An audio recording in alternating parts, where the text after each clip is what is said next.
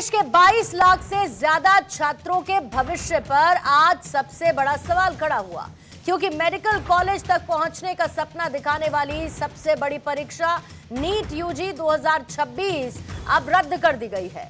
NTA ने केंद्र सरकार की मंजूरी के बाद 3 मई को हुई परीक्षा को कैंसिल कर दिया और अब लाखों छात्रों को फिर से परीक्षा देनी होगी। केंद्र सरकार ने पूरे मामले की जांच अब सीबीआई को सौंप दी है, लेकिन सवाल सिर्फ पेपर लीक का नहीं है, सवाल उस भरोसे का है जो हर मिडिल क्लास परिवार अपने बच्चे की आंसर शीट में लिखता है। सालों की मेहनत, स्लीपलेस नाइट्स, कोचिंग की फीस, माँ बाप की उम्मीदें, और फिर एक दिन यह पता चलता है कि पेपर एग्जाम हॉल से पहले ही माफिया के हाथों में घूम रहा था। यानी राजस्थान से लेकर जयपुर तक जांच की सुई घूम रही है। एसओजी की कार्रवाई जारी है। शुरुआती जांच में पेपर लीक की कड़ियां प्रिंटिंग प्रोसेस तक पहुंचती हुई दिख रही हैं। अब सबसे बड़ा सवाल यह कि क्या इस देश में मेहनत करने वाला छात्र सिर्फ पढ़ाई करे और सिस्टम माफिया तय करे कि डॉक्टर कौन बनेगा?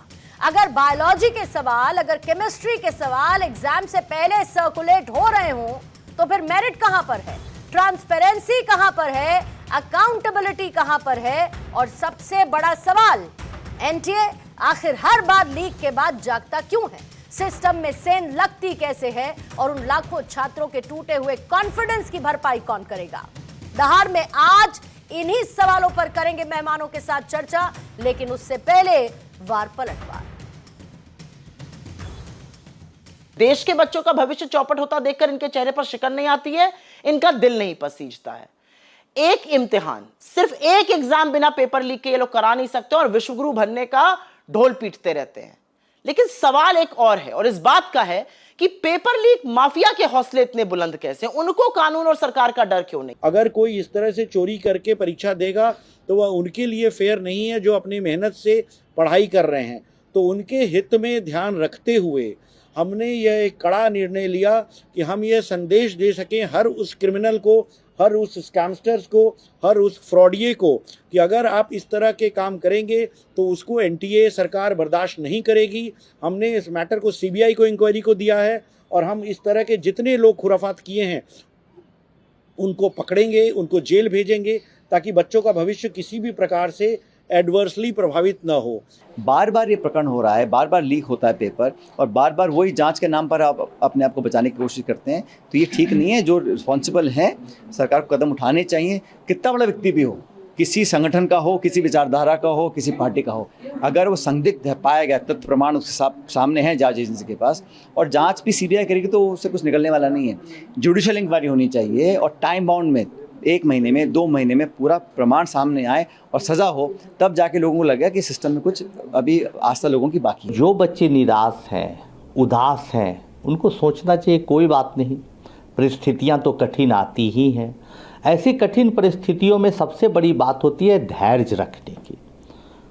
तो आप धैर्य रखिए, दोबारा परीक्षा की पूरे दिल से, मन से तैयारी करिए और ये सोचिए कि अगर आपकी अच्छी परीक्षा हुई है तो और भी अच्छी होगी।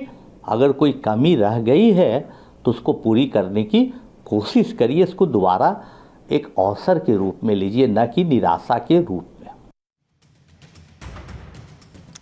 तो 3 मई को यह परीक्षा हुई थी और उसके बाद पेपर लीक होने की खबरें आई। फिर उसके बाद परतें खुली और परतें खुलने के साथ साथ नौबत इस बात पे आई कि इस पेपर को, एग्जाम को कैंसिल कर दिया गया और यह कह दिया गया कि परीक्षा की नई तारीख हम आपको जल्द बताएंगे।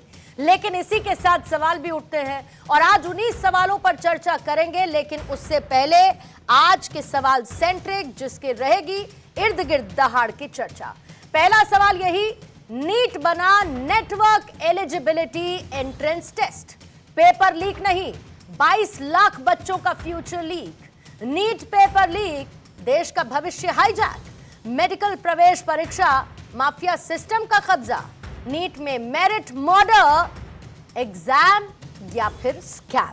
हमारे साथ मौजूद हैं नीरज मिश्रा, कांग्रेस के प्रवक्ता, समाजवादी पार्टी के प्रवक्ता चंचल कुमार जी हमारे साथ मौजूद हैं, अश्विनी त्यागी जी स्टूडियो में नीट एक्सपर्ट के तौर पर हमारे साथ हैं, सूर्य प्रकाश मैथिल जी राजनीतिक विश्लेषक के तौर पर मौजूद हैं और अब से थोड़ी देर बाद आलन के निदेशक ब्रजेश माहेश्वरी जी हमारे साथ जुड़ेंगे और अनुराग वर्मा जी वरिष्ठ पत्रकार दहाड़ की चर्चा का हिस्सा होंगे।